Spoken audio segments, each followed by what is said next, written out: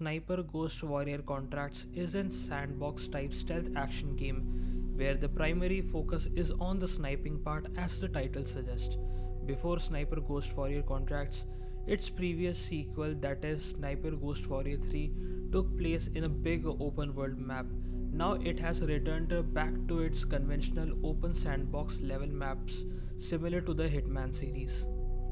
We play the game as Seeker, an highly skilled mercenary who is given contracts to assassinate big military figures, oligarchies, and other important figures under an Illuminati like organization who want to manage the balance of power across the nations, primarily focusing on Siberia and Russia. This is the entire summarized story of the game. It is pretty generic and it is considered mostly as an afterthought rather than the main focus of the game, which is fine as the main part of the game, which is sniping, is executed really well and it is top notch. The sniping requires you to calculate the bullet drop according to the distance as well as the deviation of the bullet through the wind speed, which is shown through the sniper scope.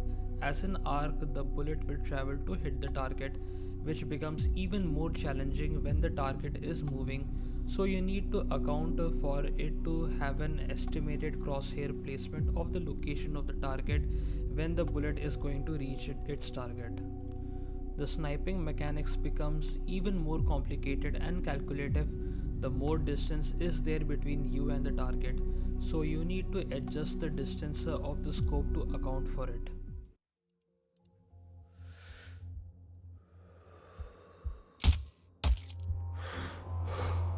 Lekanov is dead. Good work. All of this combines to make sniping a form of art which is methodical, calculative, slow yet rewarding.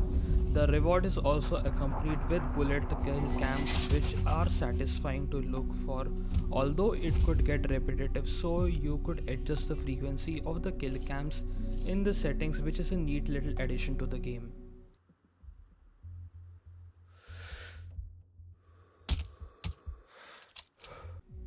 The tutorial does a good job of letting the players get familiarized with the sniping mechanics by offering targets in various scenarios at varying lengths and whether the target are moving or stationary, along with how to use various gadgets and gear at your disposal.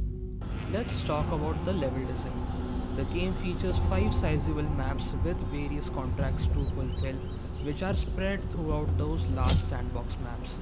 These maps are huge and will take a sizable amount of time to travel, but it requires significant amount of time for backtracking, which makes the traversal slow.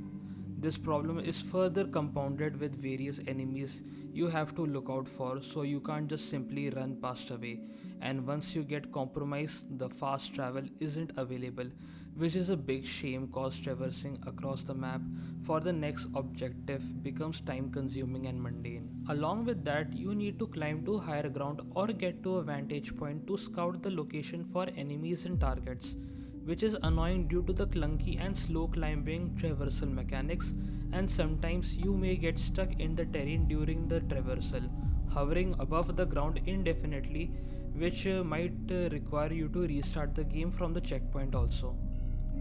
All of these annoyances hurt the overall great sniping experience in the game. Coming to the stealth mechanics, they are fairly basic, like hide in the bushes and move slowly behind them or out of their line of sight to take them down. You can however interrogate the soldiers after stealthily going behind them to get intel or enemy locations, which is great tool for scouting and information gathering. Other soldiers, give me their positions. Over there! Please, don't! You also get a special mask which can be used to detect climbable walls, see through mines, as well as heighten the sounds around your environment, which isn't much useful in the game and comes handy in very few moments. Huh. Looks like your gadget really works. All of these abilities, gear, and gadgets can be upgraded before beginning the mission, offering the ability to get more gear, ammo, enhanced abilities, etc., which are nice upgrades but nothing too substantial.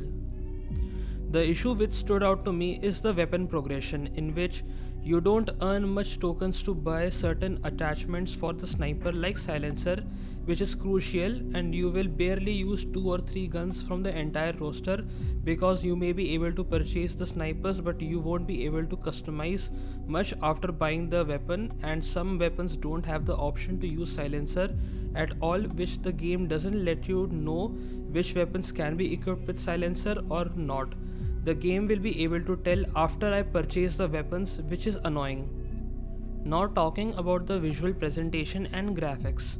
The game has large open world environments with snowy mountains, valleys, patches for grass and vegetation, which greatly conveys the sense of scale along with various headquarters and big structures like of enemy encampments, conveying the importance as well as the locations of your contracts or objectives, which is accompanied with the stunning visuals brought by the Cry engine used for this game. The one annoyance I have with the technical aspect of the visuals is that there is not a good effective anti-aliasing solution present in the game, which will lead to stair stepping in complex environments which are numerous in the map. To conclude, Sniper Ghost Warrior provides an excellent sniping experience with its rock solid sniping, which is satisfying especially with the bullet cam. However, it faces some common issues like other sandbox games, like basic and slow traversal throughout the huge sandbox world, rudimentary stealth which can lead you to get compromised easily, and weapon progression annoyances which hurt the overall experience.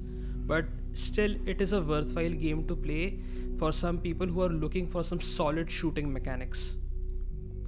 I would rate this game 7.5 out of 10. So, if you like my review, kindly consider dropping a like, and if you want to follow me, kindly consider subscribing as well. Thank you so much.